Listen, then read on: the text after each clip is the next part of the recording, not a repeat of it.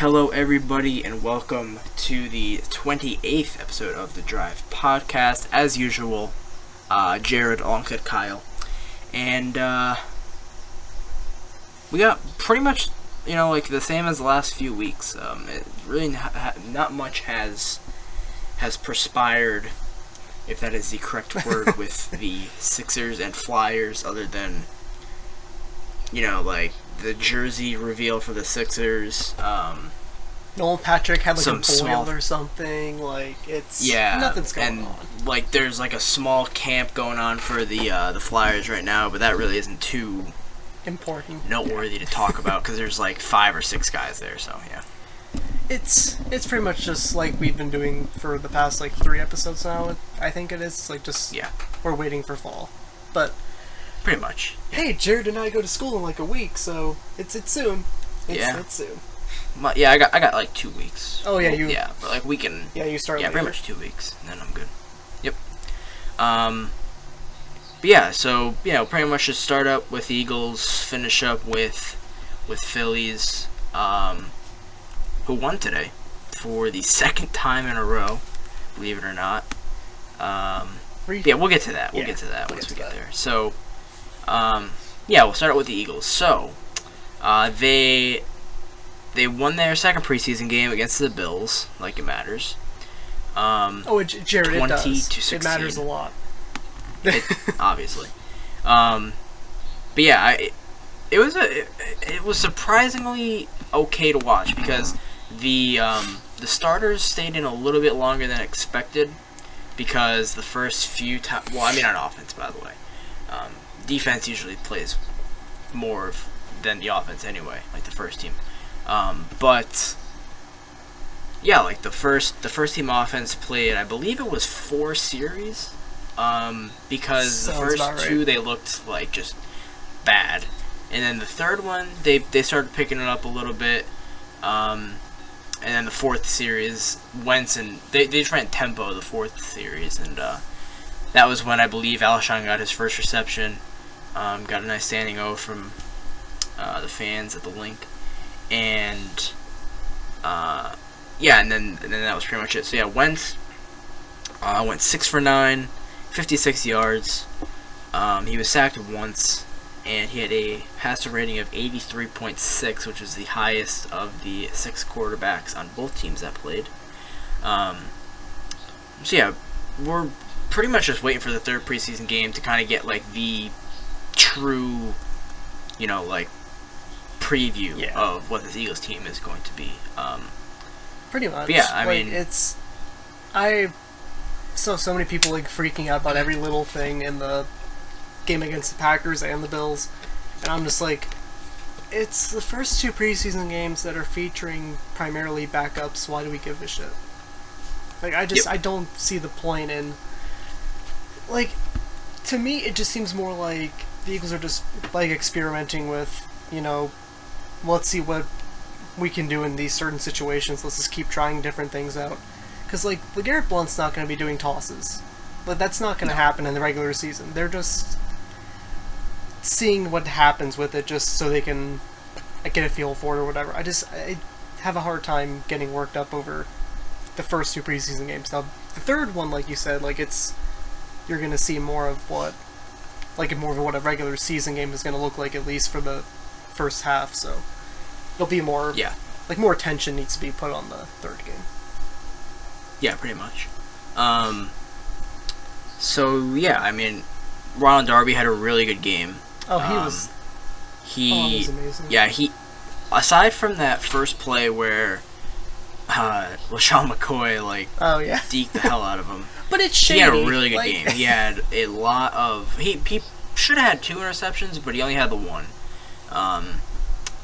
The first one that he should have had, I should say. He jumped the route beautifully, and the receiver's hands were kind of in there, so he didn't have a completely clear catching lane. So it was just ended up being a deflection. But still, I mean, I think he gave up 1 pass that I can remember, when I was watching.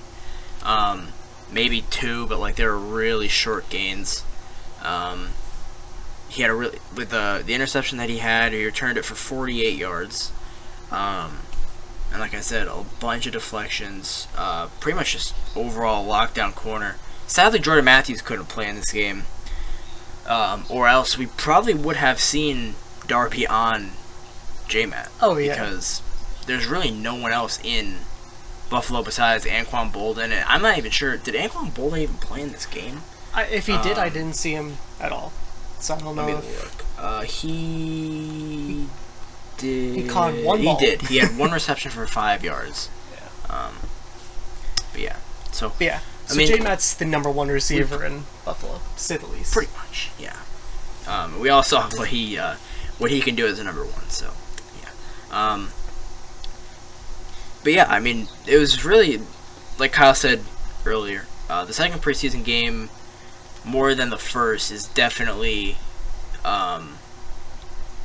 to showcase what you're about, because as a young player trying to make the team, your primary goal in the first week is just don't get hurt and play decently enough to where coaches will have confidence to play you in the second and end of the third, maybe even during the third a little bit if you play well enough, and then in the fourth preseason games.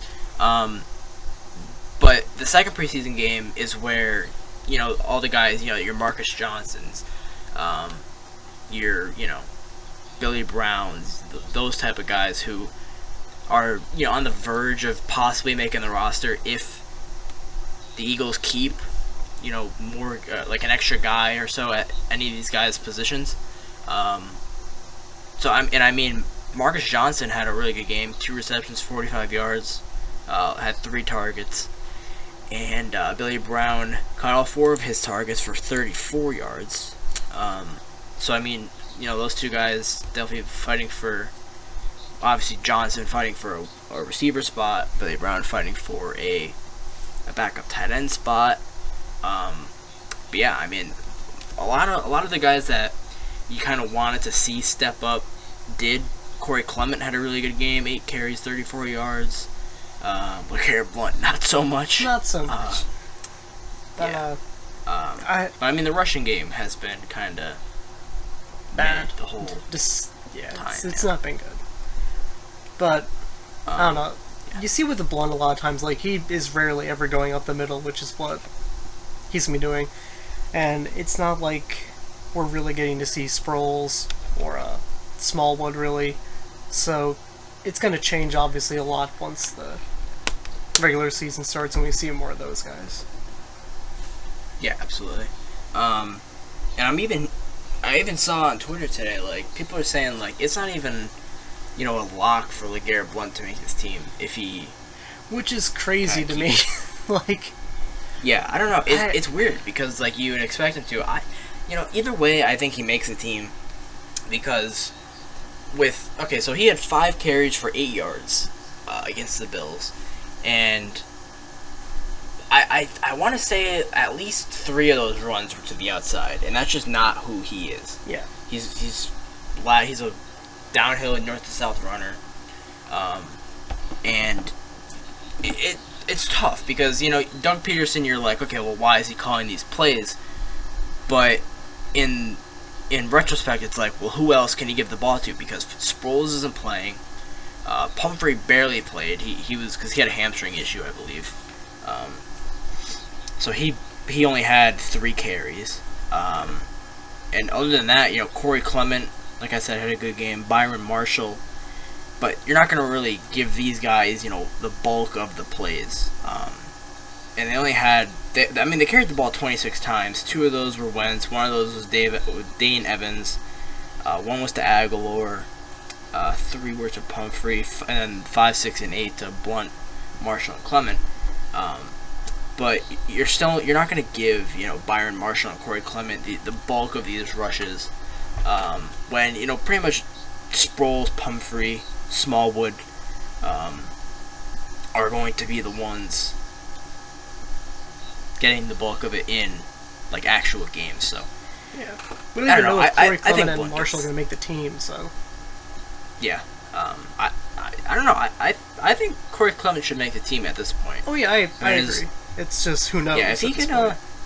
yeah, I think if he just could stay healthy and have a decent third preseason game, I think he's pretty much gonna make the team, Corey Clement. So yeah, and that would be dope because I like Washington, or I like Wisconsin, and that's where he's from. So yeah, yeah. I mean, the dude has been pretty good in like both the preseason games. He was the leading rusher in both games.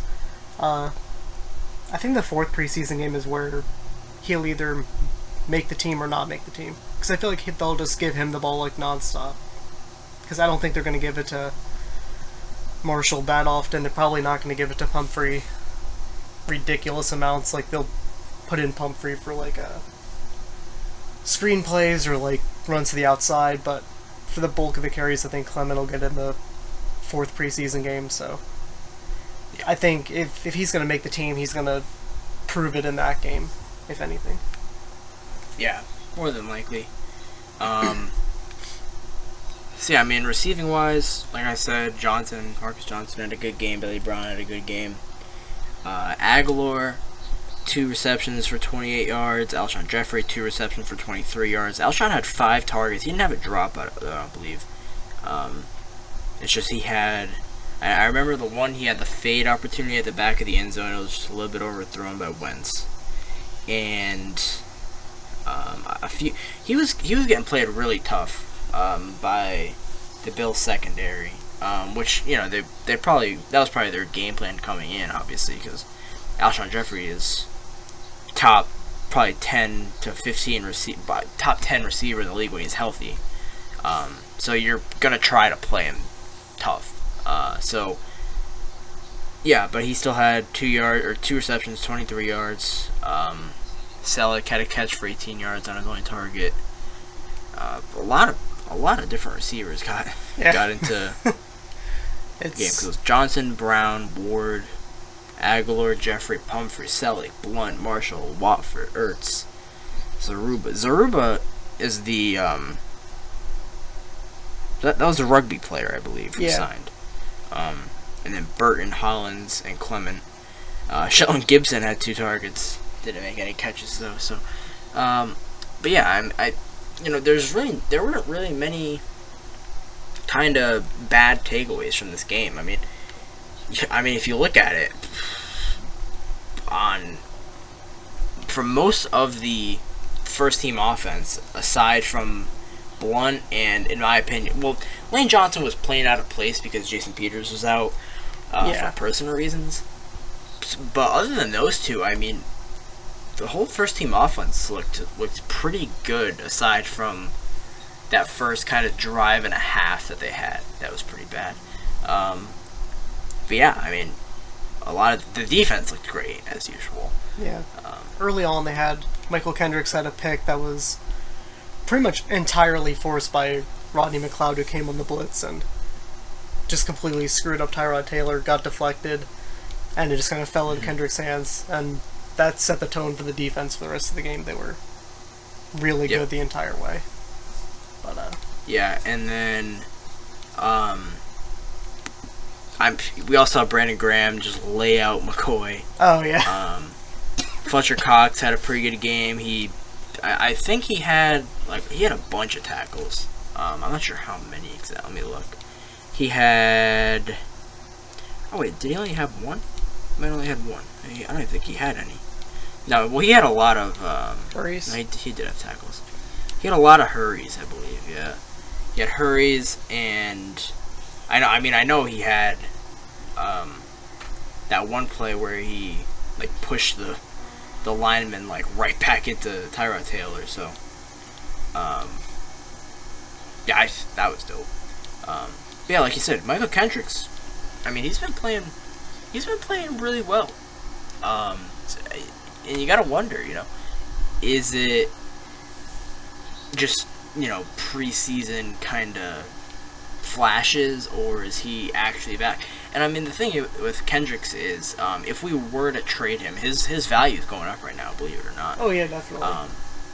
So you gotta kind of, wonder there. And also, you know you're pretty good on defense when one of your main worries is like a second or third string linebacker. Yeah, who might get traded and might not. Like, the defense is looking solid. What's his name? Derek Barnett had an insane game. Yeah. Like, he was just amazing.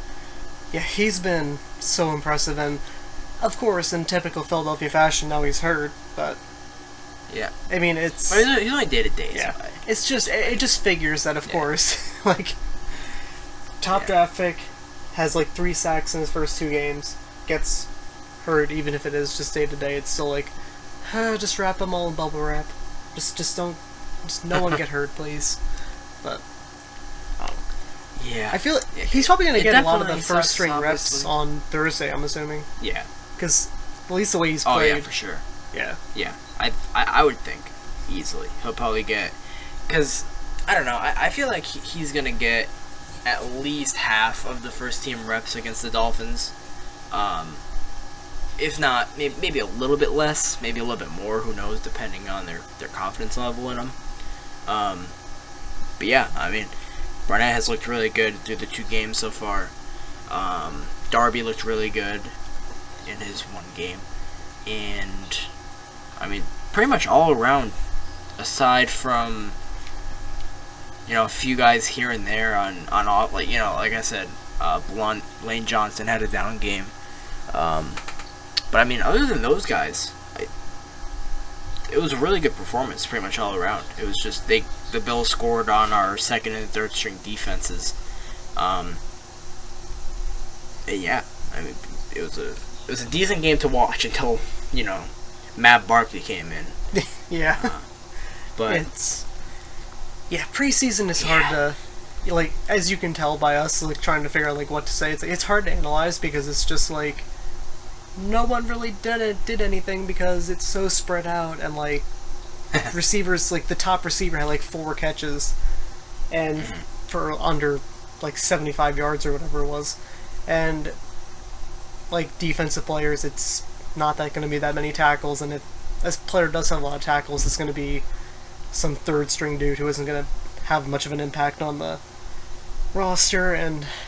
But yeah, third preseason game obviously is going to be a lot more, a lot better to analyze, basically, just because we'll have a bigger sample size for guys like Wentz, Alshon, Blunt. I would assume Pumphrey, because I feel like they'll basically use him like they do Sproles. Like, I would assume that's how they're going to play it, unless he's hurt, of course. But yeah, hopefully Smallwood, as well. Oh yeah, because he's been out with a hamstring. Jason Peters, he'll play more than likely because he was just out for I believe a death in the family. So he should probably be back. I mean, there have been, knock on wood, there have been like no injuries, significant injuries, I should say, that have hampered any of the Eagles' first team and noteworthy backups. So hey, if the injury bug can miss Philly for once, that'd be dope. But yeah, I mean, the only real guys that have had slight injuries, and they're not even big things, obviously Smallwood, Ron Brooks, who he missed some time with a hamstring, he's back. Paul Turner, Bryce Treggs, they both missed practice today, which is Sunday. Turner with a shoulder, Treggs with a calf. Derek Barnett, like we said, he's day-to-day with a lower body injury. And Bo Allen is pretty much... Doug Peterson doesn't know exactly when Bo Allen's going to be back. He didn't really give a specific timeline. But he did say that he hopes to have him back for week 1. And usually when you hear a coach say that, you're like, okay, he's getting close. He could probably suit up in a preseason game. They're just being precautious with him. Yeah. So yeah, I mean, worst case hopefully, scenario, he probably comes back like week 2. But yeah, I doubt that. He'll probably be ready week 1. Yeah, more than likely. But yeah, we'll just have to obviously wait and see as the week progresses and we get closer to the third preseason game against the Dolphins, which is on Thursday at 7. Same TV station, I would assume. Probably. Um, yeah, it's... yeah, and like we mentioned before, pretty much just expect a good chunk of the game to be played by these starters, both offense and defense. Expect, I'm not saying every single snap for 3 quarters is going to be, starters. You'll probably get your Marcus Johnson in there. Maybe a backup, like cornerback, safety, possibly. Maybe some. Well, obviously our defensive line rotation's already crazy good as it is, but you might see some other guys get some time with the first team against the Dolphins' first team, and Jay Cutler. So yeah, God, I forgot about Jay Cutler being the Dolphins. I really hope if Derek Barnett, I really hope that Derek Barnett can play, and he just like rips Cutler into a hole. Like, oh my! I mean, as soon as Crawford Crawford, what am I saying? Barnett gets. I almost said Crawford too. As soon as Barnett gets past the offensive lineman, Jay Cutler is getting sacked. He's done for. So, yeah, please let him be ready for that game, because as far as I know, I don't think the Dolphins' offensive line is that great, but also I never know, because, like I mentioned last week, there's no advanced stats for offensive linemen, because somehow there's not a stats for them, except for sacks allowed, which, that's just, it's a decent stat, but it doesn't obviously tell the full story. But yeah, hopefully we can see a good performance out of the Eagles this week, because this is the week that pretty much matters. Week 4, you might see a few first teamers here and there, but it's basically just going to be all backups. And by that point, you kind of figure, okay, you've had pretty much 2.5 preseason games to look at. Guys, battling for backup positions. By that time, you figure, okay, the guys that play in this 4th preseason game are the guys that are going to be, the primary backups, if not the backup, for the Eagles. So, yeah, hopefully, like I said, hopefully we could see a good game. Hopefully Nick Foles could play. I believe he returned to practice today as well, or at least was kind of throwing around, jogging or whatever. But I keep forgetting he exists. Like, that's it's so sad. Our quarterback situation is pretty solid, because you figure if Wentz were to go down with some type of injury, even minor, major, whatever, I'm a little bit I'm decently confident in Nick Foles to do a good job. Yeah, and worst case scenario, and we end up with Matt McGloin, hopefully he could just survive, and the defense could just ball out for a game or two, or we just sign Colin Kaepernick at that point, because I think I would rather just do that, because I'm sure he'll still be a free agent then. I'd be down. I'd be 100% in favor of that. But let's not get to that point, please. Oh my god, I can only imagine the chaos. If we were to sign Kaepernick, I can only imagine. We won't talk about it, because I don't even want to get mad thinking about it. So let's get into the let's get into the. So now the Phillies. The good part. Yeah. So that was a decent Eagles bit, about 25 minutes here almost. And yeah, now we're gonna hop into the Phillies. So they got swept by the Padres, and then they pretty much, as we were starting this, well, I think maybe right before we started, they came back, beat the Giants, and are now on a 2-game winning streak. They split the series with the Giants. They lost the first 2 games 5-4 and 10-2, and then they won the last 2 12-9 and 5-2. The 12-9 game on Saturday. Oh my god! Should not have been that. They were leading by, I think, what was it, 12-4 going into the 9th inning or 8th, something like that. Yeah, and then Edward Ramos just blew up, and then And most of it was with 2 outs gave too. up, like- I was just like, what the fuck? yeah, he was giving up. He was getting nailed with 2 outs. But yeah, Granted, I mean, Cam Rupp sucked ass. obviously Like, you could kind of see we've lost. Yeah, we've lost 5 of 7 to the Padres and Giants, and I do not believe that Odubel Herrera has played in any of those games. Maybe 1. So you can see we're missing him a little bit. yeah, I think he played the first game of the Padres series, and then he got hurt in like the 9th inning, or like the 8th Yeah. inning. It was something like that. But Yep. because Because he was most of his placed 2 on games, the but- DL on Friday,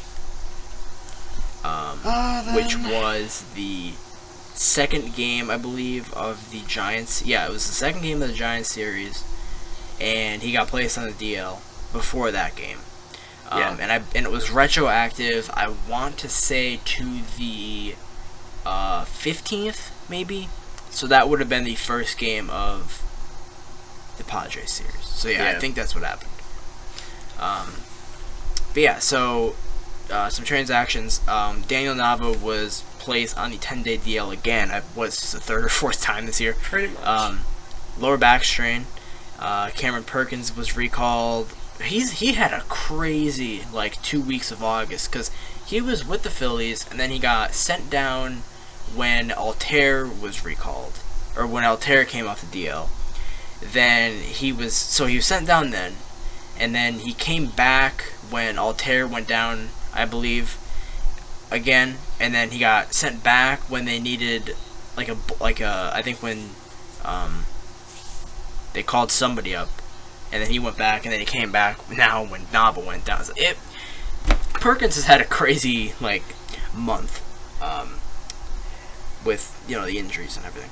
But hey, I'm sure he's fine with it as long as he's playing some baseball and dabbing. So exactly. As long as Cam Perkins gets alright. a dab, he's fine.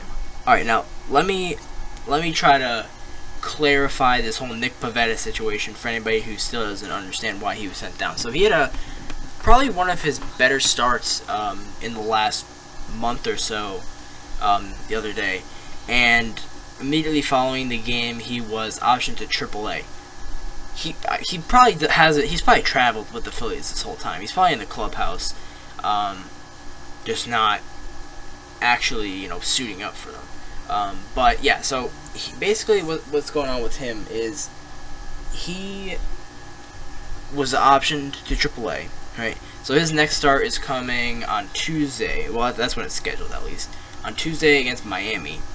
And that game just so happens to be a doubleheader, so the 26th man on the roster doesn't conflict with the 10-day minor league rule. So there's a 10-day minor league rule basically where if you get sent down, you have to remain on that roster for 10 days before you could be recalled, unless somebody got placed on the DL or unless it's for a doubleheader. And this is a doubleheader, so Pivetta will probably be recalled as the 26th man for the doubleheader, make his start, and then somebody else will be optioned. Maybe, who knows? Hopefully it's Ty Kelly. But yeah, so I mean, even though Ty Kelly is Hit a grand slam, like a pinch hit grand slam against the Giants. just think, if he doesn't hit that, the Phillies lose that game Oh yeah, easily. by a run. So, but yeah, so that's hopefully that clarifies the Pivetta situation for you if you already weren't too sure why it happened. But yeah, so then, I mean, and the only reason that Pivetta was optioned was because of Odubel's injury, and they didn't know that he was going to go on the DL at that time, so they sent Pivetta down so they could recall Pedro Florimon the next day for bench help. And yeah, so now Florimon's up, and he's playing well. Threw an absolute bullet from left field today, which was insane. And yeah, so then on the same day that Florimon was recalled, Pedro Beato was reinstated from the 10-day disabled list, and then he was DFA'd. And then now he is with Lehigh Valley again. Man, that really sucks. Like, imagine going 3 years without being in the majors, and then your first time back, you get injured. Like, that must just... Whew, that's just a kick right in the freaking heart. Like, that really sucks. Yeah. And especially with how well he was doing in Lehigh, too. Like, he was tearing it up for them. He deserved to be called up, and then... I'm pretty sure he's still, like, the league leader in saves, if not, like, in the top few. Because I know he had, like, upper 20s or maybe even 30 saves down there, so...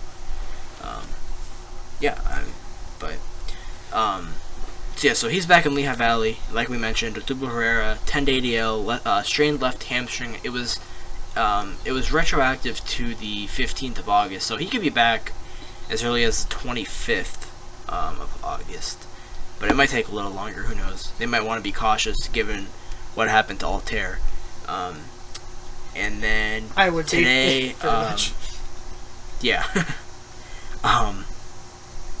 And then today, Ben Lively was recalled to start. I mean, he had a good game today. He went, I believe, 6 innings. Yep, 6 innings. Yeah. It was 6 hits, 2 runs, 2 walks, and 4 strikeouts. If my memory 4 strikeouts. serves me right. Yep. Yeah. 4 strikeouts. So he has a 3.7 ERA as it stands after that game. So I mean, Lively is. I think right now the Phillies only have technically four starters on their roster. They have Noah Eichhoff, Lively, and why am I blanking? Who is the other one? Eflin. Yeah, but Eflin's hurt now. But he's not on the DL, so maybe. Yeah, maybe. I don't know what the deal is with Zach Eflin. Yeah, can't go more than like a month hurt, without being. Yeah, if Eflin's hurt, I bet you they shut him down for the rest of the season. Yeah. And no matter how serious, and then you kind of wonder because if just assume Eflin's out of the equation, right? They have Nola, they have Eichhoff, and they have Lively, right? Then they have Pivetta, who will be here, and then they needed a fifth. So they could either go with Mark Leiter and promote maybe a Yaxel Rios, maybe call Beato back up, or they can promote Jake Thompson for some starts. They could maybe... I'm trying to think. There's really nobody in AAA who I think they would promote other than Thompson at this point, because Brandon how do you pronounce it? Librand? I think it's Librand. Librand? Yeah. So he is not. I don't think they're gonna. I don't think they promote him. Yeah, he's been bad ever since coming up to AAA. Yeah. Yeah, I mean he had a good first couple starts. Like I think like his first 5 or so starts were good, but since he's been since the league figured him out pretty much, he hasn't been too great. Eshelman is. Eshelman, I don't think they're going to call up because they want to limit his innings, and plus he doesn't have to be added for Rule 5 protection until 2018. So I don't think they're going to bring him up. Appel's hurt. I hope to God they don't call him Michael Marriott. Oh, sweet Colin Jesus. Murray. And that's really it. I mean, they're not going to call up Jose Taveras because, Jose Taveras has pitched really well in AAA, but I don't think he has to be added either to the 40-man yet. Plus, he literally just got promoted to AAA 2 weeks ago or something like that. So, yeah, I mean, it's probably going to... If Eflin is injured to the point where he has to go on the DL and possibly be shut down, it would probably end up being Nola, Eichhoff, Lively, Pivetta, and then either Leiter or Thompson, depending on what they want to do there. So, yeah. Which kind of sucks. Do you think that Ricardo Pinto could make a start? I feel like probably not, because... Probably not, no. I haven't really wanted to use him as a starter, so... Yeah, no, I mean, it's possible that they could give him a start, but I think he's been out of the rotation for way too long at this point. Yeah. They would probably just rather do Thompson and then just deal with that, or like you said, with Leiter or whoever, and that's... Yeah, hopefully they just start Thompson and keep Bob McClure nowhere near him, and then they'd be fine. fine. I mean, just keep Bob McClure nowhere near any of our pitchers because Bob McClure is a fucking idiot. And I don't understand why he... Yeah. Like... Bob McClure has done one good thing this whole season that I can remember. And it literally happened the other day when Nick Pivetta said that McClure showed him like a little bit different of a grip on his, I think it was slider. And Pivetta struck out like 11 people. He struck out like the first 8 batters he faced or whatever. So that's literally the only thing that I have seen credited to Bob McClure from any pitcher this season. I mean, Aaron Nola figured out his little leg hitch by himself. Eichhoff kind of reestablished his stuff by himself. Other than that, I mean, that's literally like that's no pitcher has really taken a good step forward this year. And Vinny has maybe been... aside from Luis Garcia. Yeah, but like Vinny's been just completely lost out there, and like if a pitcher is lost out there, obviously some of it goes on the pitcher because in the end it's like his job and everything. But at the same time, it's like coach, like to do your job, coach your pitchers. You're paid to do this. Yeah, I mean, it's tough because, like you said, you kind of need to put some of the blame on the pitcher because they're the one pitching, and they're professionals. They're major leaguers, but in the same boat, it's like most of our pitchers are young. Like Jared Eichhoff is the quote unquote like old guy in this group of starting pitchers, and he's 27. So, yeah, I mean he's like I said, he's the old guy of the group. Nola's 24, Pavetta's 24. Thompson's 23, Lively, I believe, is 24. Eflin is, I think, 23 or 24. So, like, you have all these young guys, right, who really, I mean, aside from Nola and Eichhoff at this point, really don't, know their MLB future for certain. Because, Eichhoff, while he's had his fair share of struggles toward the beginning of the year, he's pretty much figured it out since he came back. Nola has been insane. Aside from this last start against the Giants, but other than that, he's been stellar for 2 months now.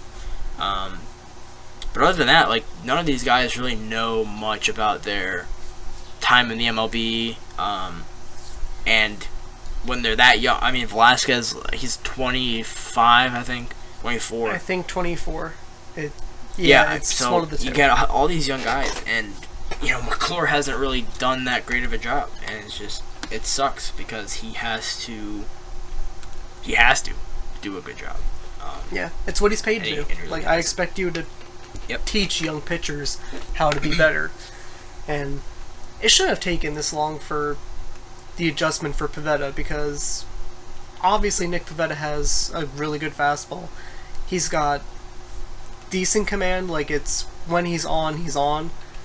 But like, and we said this last time. He just needs that other pitch that he can go to besides his fastball. And against the Padres, he had that other pitch and he was flat out dominant. It's just that the umpire was a complete fucking idiot and Cameron Rupp was behind the plate, so Cam Rupp just that bad things happen when Cam Rupp is a catcher. Yeah. That's fair to say. At least we have Alfaro for next year, so... And I'm assuming it'll just be Alfaro Nap, but...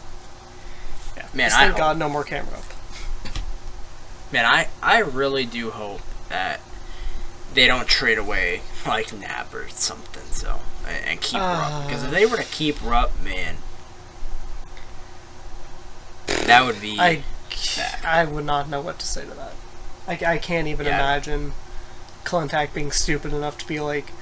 Let me take this catcher who is clearly better defensively and actually has plate discipline in favor of a guy who is big and quote-unquote works hard, quote-unquote, and plays the game the right way. Yeah, exactly. Yeah. I don't think so, though. I think Matt Klentak will... Alright, so, like, because... So, when Alfaro came up, right, he played once in his first week or whatever, right? that was clearly Pete McCannon. Like that, Oh, yeah. you're not gonna. Yeah. The management isn't gonna say when a guy is promoted, they expect the manager to be like, okay, they're promoting this guy for a reason. He should be playing. But for whatever reason, Pete McCannon just played Cameron Rupp for a week and let Jorge Alfaro. And then that's when you heard, McCannon say pregame that Alfaro's going to be playing a lot more. And that's pretty much your cue to say, like, okay, management had something to say about this. Yeah. So, yeah, now that, management, Matt Klentak, or AKA Matt Klentak, now that he has stepped in, you see Alfaro playing pretty much more than Rupp, which is what should be happening. Hopefully, when Knapp comes back, hopefully Rupp plays like once a week at most, because Jesus, he is so boring bad to watch. Like I must say, like there aren't many, like Tommy Joseph, I could watch him play because he's not a boring guy. Like he seems like he's up and he's doing a lot of stuff because like you see him in like the dugout and everything. And I mean you see Rupp in there too, don't get me wrong, but like Rupp just looks like when he plays he just looks like, I don't know, like he just does not look like he is like a competent baseball player. So Cam Rupp looks like he'd rather be at a Cowboys football game than be playing baseball. Yeah. Like he just doesn't give a shit. Like I forget. I think it was you who made the one tweet or you like retweeted like the GIF or whatever of him striking out at a ball that was like, even I could have taken that pitch, and I haven't played baseball in like 12 years, probably more than that to be honest. So like I just don't understand why Cam Rupp even is on the team. Like I would rather have Logan Moore as our backup to Alfaro at this point than have Cam Rupp play another game. I don't want him on the team. I'm tired of it. Yeah. And but yeah, I mean Alfaro, he's been playing well. So I mean all these stats for these players are going to be from the 13th through the 19th. So they don't include today, but just know that Rhys Hoskins has 5 home runs, not the 4 we listed here. But yeah, Alfaro coming into today's game was hitting 375, 563 in the last week. He hit his first professional home run. I mean, Rupp was playing well too. I mean, you got to give it to him at least. Yeah. 333, 2 doubles, 2 home runs, 2 ribbies, walk, 4 strikeouts. Maikel Franco, man, he has been. Can we talk about Maikel Franco for a little bit? Because okay, I feel like there's a disconnect between some people. Like there are the people who understand that, like, yeah, he's been really shitty this year, but he's also had unbelievably bad luck. And then there's the people who are just like, worst baseball player to ever exist. Like, they would rather take Cam Rupp over Maikel Franco, and I'm just like, okay, but look at his BABIP. Like, how is it that low? How is one player this unlucky? I just... Yeah, he has had... Yeah, that one, yeah. The foul ball, that was... Yeah, that was... Yep. I thought it was gone, and then, of course. That was... yeah, like if you saw Rhys Hoskins' home run, like, it would have been farther than that, and Rhys was a bomb, so... yeah, I mean, Franco, it hasn't happened as much lately, like his BABIP luck. But, like, earlier in the season, for pretty much the first half of the season at least, if not a little bit more than that, his luck was horrendous. You just saw him rocketing balls right at people, whether it be, ground balls in the holes or ground balls up the middle or line drives, right into the right at an outfielder. He was just having pretty bad luck. I mean, not lately because he's just kind of been swinging at like everything, which shows you that he is struggling and he needs something to go right for him. But yeah, I don't know. I think next year is his kind of last kind of chance to because you see him this year, right? So he came this year needing to improve his approach, and he did so for the most part. Obviously, it's still not that great, but it's a lot better than it was. And now, so you see him, he still has the power. He still shows the power. He has a bunch of doubles, bunch of home runs this year. Not as much as we would like from him, but it's sufficient, I guess. He's only hitting, like 216, 217, something like that now. Maybe 220. Yeah. Fangraphs says 222, but I don't think it's accounted for the last, 2 games, maybe, or at least today, so it's probably, 216. Something like that. So you figure he's only hitting that, right? But his approach has, it's taken a step forward this year for, overall. Like I mentioned, he's been really anxious the last few weeks at this point. So but you still want to look at the season overall, right? In his case, but I think next year if he comes in and his approach overall stayed the same as it was this year, and he could hit more, 260, 270 rather than 220, and hit, maybe 25 to 30 home runs, have, right around the same amount of doubles, drive in, 80, 85, 90 runs. I think he can prove that he could stay. But anything, I think, less than that, and they're going to go after Manny Machado in free agency. I mean, personally, I would go after Machado anyway. You have to go after Machado. Him. Yeah. You have to at least try to get him. Because at that point, you could use Franco as your corner outfield kind of platoon guy, to where, if Machado needs a night, or if Hoskins needs a night, you could play Machado at third, or Franco at first, or then, Hoskins first, Franco third. If like I said, he shows that he could, regain his power, regain his approach, and everybody forgets he's only 24, and he has, I think, another year to give because of the Phillies, kind of taking a little bit of a step back in their rebuild this year, at least on his, at least for his part. But I mean, it's a tough argument for Maikel Franco right now. Because there's a ton of arguments against, but like you say with most young players, you just have to stay patient with them.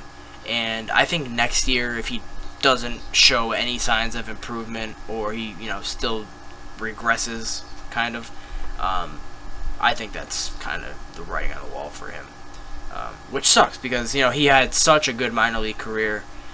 And he's still young. If he were to go to another team, I hope he would succeed. But if it happens where he doesn't do well and we get Machado, I'm fine with it. So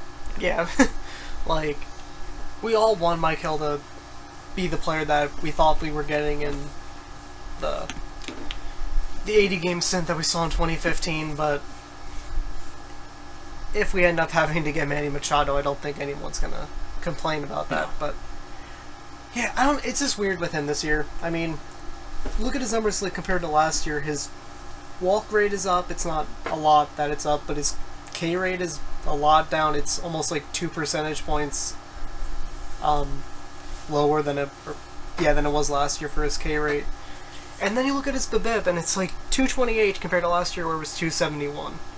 And I don't know. Some of it is him, and then some of it is just his luck has just been completely trash this year. But like you said, next year if he could put together even just what his 2016 season was, but then with the plate vision and the discipline that he's shown this year, then I think that you can kind of not freak out as much moving forward. If he can have a 2016 but hit 265 instead of 255, hit basically the same home runs and RBIs, and then keep the walk rate and maybe increase the walk rate and keep the same K rate from this year, then I think he'll be okay. Pretty much. It's just a matter of time for him, and matter of time and patience with him. So Yeah, I mean, so let's just talk about some other guys now. Freddie Galvis had a good week. Cesar Hernandez was meh. Tommy Joseph, 050 he hit.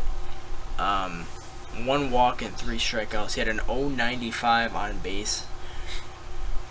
Meanwhile, Rhys Hoskins. Yep, and then meanwhile, Rhys Hoskins, 304, 467, 826, 4 home runs, 8 RBI, 6 walks, 1 strikeout. That was not including today, so you figure he went 2 for 5 today. So the average went up, probably the on base went up. Well, actually maybe not, because he was at 467. So yeah, the on base went down a little bit. He had another home run, so 5 RBI or 5 home run, at least 9 RBI. I'm not sure if it was a 2-run or whatever. And then he had 2 strikeouts today. So now he has 6 walks to 3 strikeouts in his last week. So yeah, he's pretty good. He's alright at baseball. Yeah. Nick Williams had a rough week. 192. He did walk 3 times though, so that's a good sign. If Nick Williams just walks, if Nick Williams, I think he's gonna pass his like AAA walk numbers in like barely over half the at bats, or barely over half the plate appearances. So if he does that, I mean, I would be extremely happy, because as we know, that was pretty much one of the main knocks on Williams. I mean, he did better today. Went 2 for 4.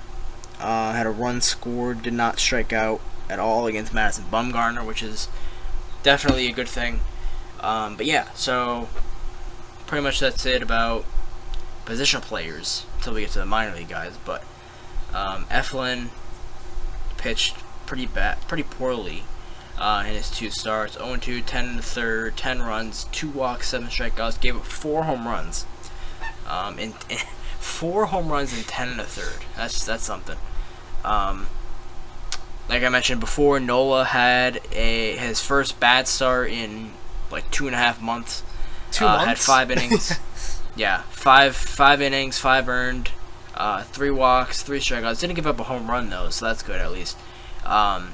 Yes, he had a 10 start streak of 6 innings, or at least 6 innings, and 2 or fewer earned runs coming into that game, and it was snapped.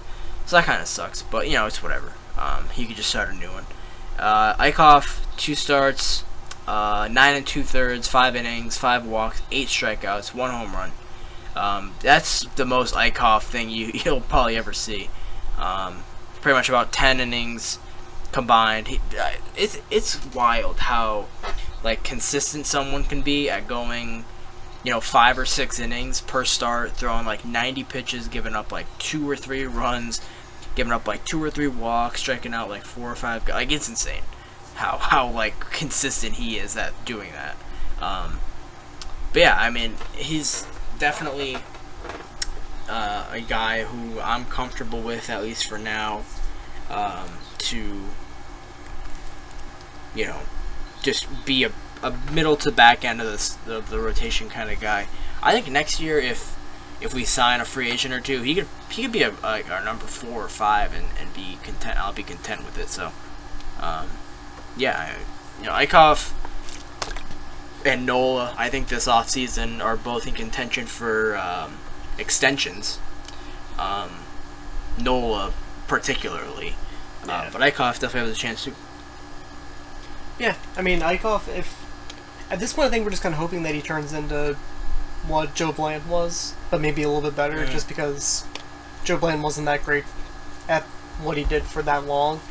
But, yeah, basically Eichhoff's going to be 6 innings, 5 innings, 3 runs, 2 runs each time out, and that's, with a good team, that's really all you can ask out of a 4 or 5 starter. And that's basically what the goal is. Yeah, pretty much. And then to move into some of the minor league guys, we're only going to talk about a few today. Okay.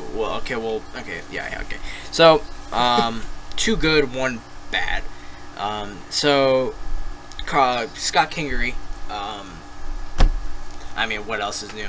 He hit 346, 370, 577 with 3 doubles and a home run, which was a leadoff inside the park home run on the same day that the Phillies gave up a leadoff inside the park home run.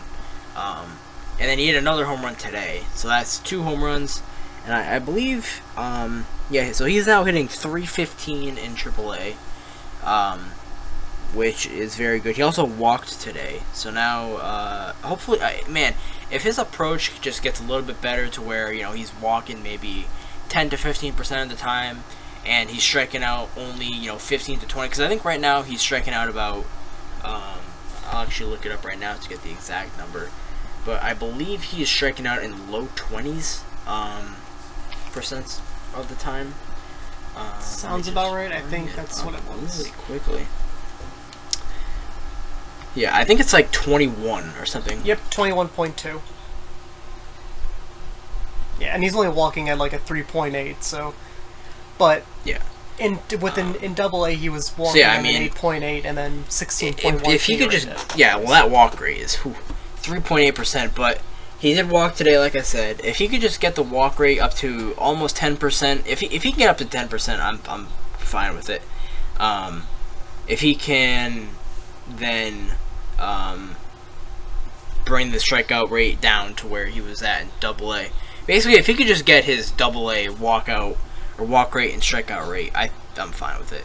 Especially if he keeps hitting the way he is in Triple A. So yeah, he is on an 18-game hitting streak now, and has hit in 34 of his last 35 games. So he went on a 16-game hitting streak, and then it was snapped, and then he is now on an 18-game hitting streak. And since July 1st, he has reached in all but 2 games, and then he has recorded a hit in all but 4 games. So yeah, I mean he's just hitting the shit out of the ball still in AAA, so that's obviously insanely good to see. Another guy who is still hitting the hell out of the ball, J.P. Crawford. He hit 292, 370, 375 over this past week. 2 doubles, an RBI, 3 walks, 5 strikeouts. Obviously, really good again to see him still hitting the ball 2 months later after he comes back from injury. Literally 2 months to the day since he came back from that groin injury. So he has hit and reached base in all but 2 games in August. And like we mentioned a little bit earlier, he did play third base this is the first time in his minor league career that he played anywhere but second or anywhere but shortstop. He started at third on Sunday for the Iron Pigs and went 3 for 5 with an RBI and a strikeout. So now his average like a month and a half ago was like in the low 200s. Now he's hitting 246, which, I mean, don't ask me how. I mean, like, how late in the season we are, and for him to be raising his average that high, like he's now at 246. His on base is above 350. I want to say it's probably at about 352, maybe 353 at this point. So yeah, I mean it's awesome really to see how those 2 guys are hitting, Kingery and Crawford. Yeah, definitely. I mean, these are the 2 guys that you basically needed to, like, for JP especially, like, you needed him to step it up, and he has. Kingery, he had like a little bit of a scare when he first got called up to AAA just because his approach dropped off a little bit, and it still isn't where it was at AA, but he's got it basically back to, he's getting there with his average, and that's so good to see. And Cesar's got to be shitting himself right now seeing what Kingery's doing. Like, he's like, well, I guess I'm not being the starting second baseman anymore. Yeah, I mean, like when you're watching, Kingery and Crawford play up the without Crawford at third base, but when you're watching these 2 guys, play up the middle, you can kind of just sense like these 2 guys like genuinely enjoy playing with each other, And I just kind of I don't really plan this, but I kind of just want to look. Let me bring it up really quickly. So since I just want to bring it up if it loads, because my laptop is being like completely stupid right now. Of course, like I want to bring something up and my computer just goes completely dumb. And it figures like always, as soon as you actually it won't even load for something, then no, I mean I was just, okay. Here we go.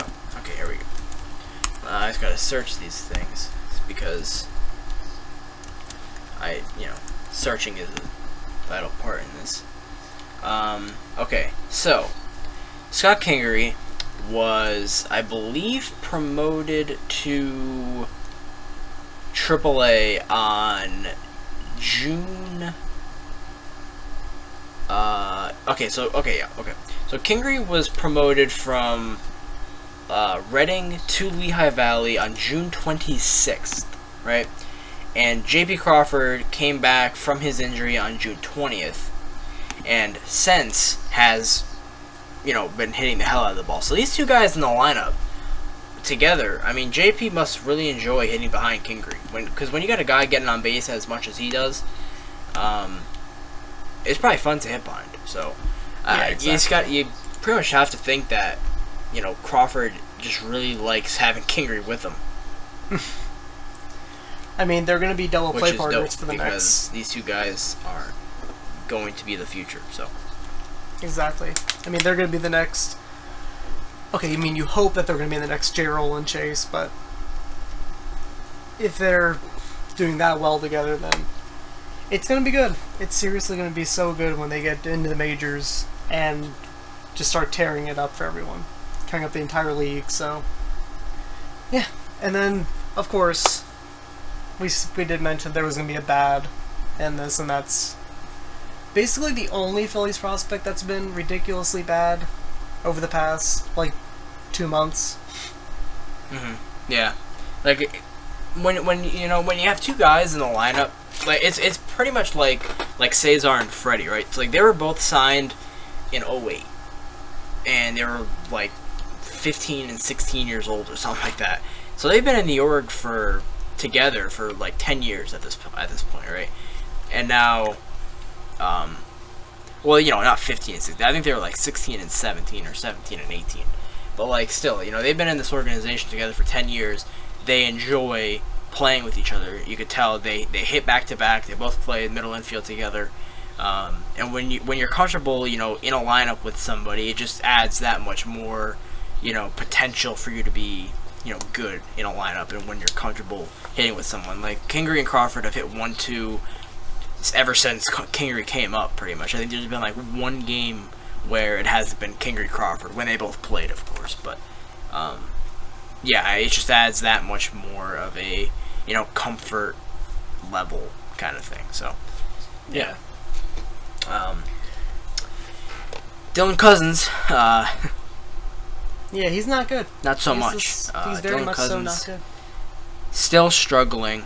He hit 158, 238, 211 this last week, a double, 2 walks, 8 strikeouts.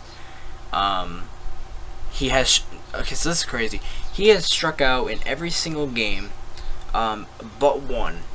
So he has struck out in every single game since July 15th, and it is now August 20th. And wait, did he strike out today? Let me just peek. He did. Okay. So he's struck out in every single game since July 15th, and he has struck out in every single game except for one since June 19th. He's struggling still, which it sucks.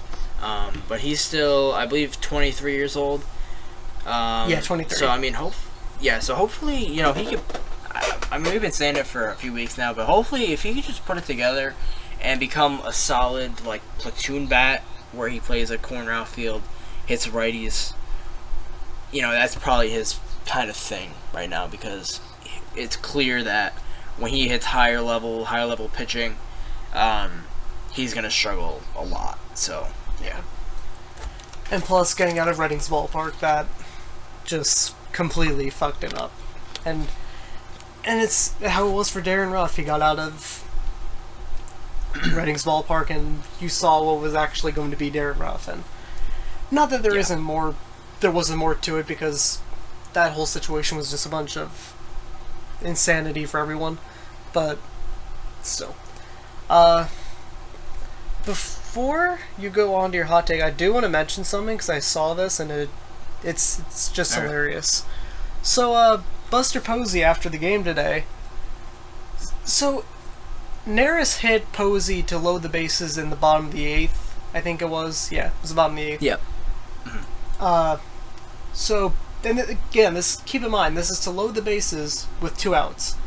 Buster Posey said he has no doubt that Neris drilled him on purpose. He said, quote unquote, and this is from Andrew Baggerly. I have no idea what the fuck he writes for.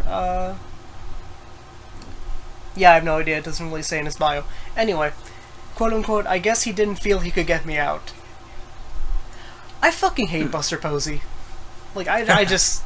He's the reason we have that dumbass rule now for catchers blocking the plate, and now he's gonna be like, no one gets hit by a pitch without a brawl, or without a stare down. You know, I really have wanted to, I really want to like Buster Posey. Like, I genuinely do. Same. He's a really good baseball player. He seems like a really good guy. He just seems like a good guy, right? But he plays for the Giants, and now he made these comments. So, yeah, I'm still a Posey fan for sure. Because I've just always been, you know, like, I like him. I don't like the Giant. Like, it's kind of like a, I don't know. Well, now that Todd Frazier's on the Yankees, I can kind of use that as example. Like, I like Todd Frazier. Like, I really like Todd Frazier as a baseball player, right? Seems like a good guy. He's a good player, but he's on the Yankees. Yeah. So, it sucks. And same kind of with, I'm trying to think of another, like, a better example. Bryce Harper, maybe? I don't know. Yeah, like Bryce Harper, or when Jay Bruce was on the Mets, because I've liked Jay Bruce for a while now. I don't have many problems with him. So, like, I think those guys are, like, I'm a fan of those guys. It's just that, it just so happens that they happen to be on a team that I absolutely hate. Well, I mean, Bruce used to be on them, but now he's on the Indians, so I could cheer for him. But yeah, those comments are kind of stupid. It really just makes no sense why Neris would purposely put him on there in that situation. Yeah. And even if he wanted to just put him on base, the intentional walk is the thing. Like, he wouldn't have just... Yeah, none of that makes sense. And you could tell it just got away from Neris. I don't know what... Yeah, Buster Posey. Like you said, I want to like him, and like most of the time I do. It's just when he does these like douchey things. Yeah, like it's the same thing with Bryce Harper. Like, Harper would do those, like, Harper would just look like a complete douchebag sometimes, and it's the same thing with Posey. But if he played for my team, I'd be like, oh, it's fine, because it's how sports works. But yeah, I just figured I'd bring that up because I saw that a while ago and I was like, this is pissing me off. Yeah, but that pretty much does it. I mean, just a kind of quick recap. Just watch out for the Eagles Week 3 preseason game against the Dolphins on Thursday at 7 p.m. Eastern. Phillies winners of 2 straight. Rhys Hoskins, Jorge Alfaro, Nick Williams, all performing well. Scott Kingery, J.P. Crawford, both performing well in AAA, which is great. Jared Eichhoff seems to have it figured out since he came back from his back injury. Tommy Joseph continues to suck. Michael Franco continues to be not that great. Cameron Rupp continues to be somehow decent at baseball, but also completely terrible at the same time. Like, he's, man, it's weird with him. But yeah, and then, you know, Hazley, we completely forgot to mention that though. Carlos Tocci is is in Lehigh Valley now, and Adam Hazley is in Lakewood. So yeah, we forgot to mention that before, but yeah, those two guys got promoted. And yeah, I mean, it's definitely going to be a hopefully eventful next few weeks for the Phillies with prospect promotions. But yeah, it's which kind of ties into my hot take this week. So I'll hop into that now, since I'm kind of talking about. But so I saw this brought up the other day. About it honestly, it kind of ties into like what I was talking about before with when I was talking about the like a comfortability level with Crawford and Kingery. So like when you're bringing up through the when you're coming up through the minors, right? And we saw it with the Royals a few years ago, right? So when they won the World Series, you look at that Royals team and you say like, how did they win the World Series, right? None of these guys are real, superstar caliber players, yet they pretty much tore through the postseason pretty easily, and then they beat the Mets 4-1 or whatever. But that was because all these guys, they play their roles, and they came up through the minors, playing together. Hosmer, Moustakas, Kane, all those guys, they came up playing together, right? And when people freak out about the Philly system, about we don't have any potential star players other than Sixto, and he's 3 years away, I'm pretty much saying look at the Royals, right? They all came up and they all performed really well for 3-4 years, and finally they broke through, won the World Series. And personally, when you look at the Phillies, they are in a little bit better of a place, obviously just because of the financial capabilities of them, but also because their prospects are a little bit more potential impact players than the Royals were, right? So whenever I see people kind of freaking out about the Phillies, I'm like, just take a step back, realize the financial capabilities, right? Look at the Royals, look at their, World Series team, and the lack of, star talent, and just picture that as the Phillies, because you have your Hoskins, who has really good approach, has some decent power, but he isn't really some we kind of are overhyping him right now just because he's kind of the best thing that's kind of happened to us since Nick Williams. And then you have your Kingery, who is going to come up. He's not going to hit it for a ton of power like he is in AAA and AA, but he's going to be a really, really hopefully good either leadoff man or 8/9 hitter, depending on where they decide to put him. And then you have your J.P. Crawford, who's going to come up, not hit for a ton of power either, but he's going to get on base a ton, right? And then you're going to have your Nick Williams, who strikes out a bunch, but hits for good power. Same with Alfaro. Altair, pretty much same boat. Odubel, he's going to make some dumb plays, but he's going to be good for the most part.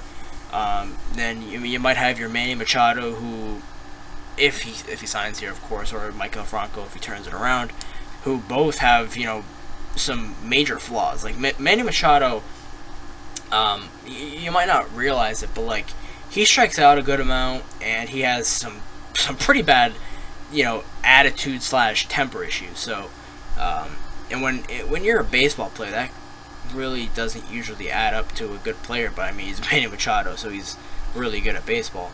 But yeah, I mean, when you're in the minor leagues, if you could just develop I would pretty much a brotherhood, like you see the Royals, Hosmer, Moustakas, Lorenzo Cain, those guys. Salvador Perez, I think, was already up for a little bit at that time, but he was, reaching the top of the minors when these guys started coming up. So I'm sure they still talked while they're in the minors. But you look at all these guys and you just say how did they win the World Series? And then you say, oh, okay, they all came up to the minors together. So yeah, I mean, when you look at the Phillies system, sure, there aren't that many potential, impact players or arms, aside from a few here and there. But I think, for the most part, coming up through the minors all together and just as a unit is more important than a bunch of random, impact players here and there. So, yeah. Yeah, I agree. I mean, even the 2008 Phillies, they didn't all really come up together, but Jimmy, Pat, Brett Myers, they all came up together. and then you had Chase, Ryan, Cole. Those guys pretty much came up together. Yeah, like, it's... I get being annoyed with the fact the team's losing because, obviously, like, no one wants the team to lose. But, like you said, you just gotta be patient. You just gotta look at teams like the Royals, look at teams like the '08 Phillies, look at just basically almost every great team in history. Like, they... At some point, they had, like, 3 or 4, at least, like, prospects come up together in at least, like, a 3-year span. Usually less than that. Mm-hmm. And they're like the key cogs of the team. Like with the Royals, it's Lorenzo Cain, Hosmer, Perez, Moustakas. Like those guys pretty much all came up like their ages 25, 26, and then Cain was the oldest at 29. So it's like I said, it just they come up together, they play together. Like it's like you said, it's a brotherhood with baseball, especially with how long the season is. So. Yeah, it sucks losing, but I'm trying not to, like, get too discouraged by it, because I see, like, what happens when all these guys come up together and what the result can be. Yeah, and especially when you have the guys that are going to probably be parts of that future team performing. Like, Rhys Hoskins is playing really well. Nick Williams has been playing well since he came up 2 months ago. Alfaro has been playing well since he came up. Nola is pitching extremely well. Neris has been pitching a little bit better as of late, aside from, a few hiccups here and there. But Neris has been, like I said, Neris has been pitching well. Altair, obviously, before he went down to injury, was hitting really well. Odubel has been playing extremely well. So, all these guys, they've been playing together for a while now. Especially, all of our top tier, hitting prospects at least are in the upper minors, right? Williams was there, Hoskins was there, Alfaro was there. All those guys were there with, Kingery and Crawford, and Cousins is still there. So, all these guys, they're playing together, they're getting, accustomed to one another in the lineup, in the clubhouse, in the dugout. And that is, far more important than having, I think, like 1 or 2 impact players who might not be the greatest of teammates or, whatever. So, yeah, that pretty much will wrap it unless you have any more things to talk about, I guess. No, I think that's it. Yeah, that's definitely, that'll pretty much do it. Alright, yeah. So, that'll do it. As always, thank you for listening / watching. You're watching a screen, if anything. Yeah. So, thanks for listening, pretty much. Drop a subscription on the channel. Drop a like on the video if you enjoyed the podcast. This has been the 28th version, or edition, episode, whatever you want to call it, of The Drive Podcast. As always, thank you for listening, and we will be back once again next week for the 29th episode, because 29 comes after 28, so like that, yeah. But yeah, thanks for listening, and we will see you next week. Peace out.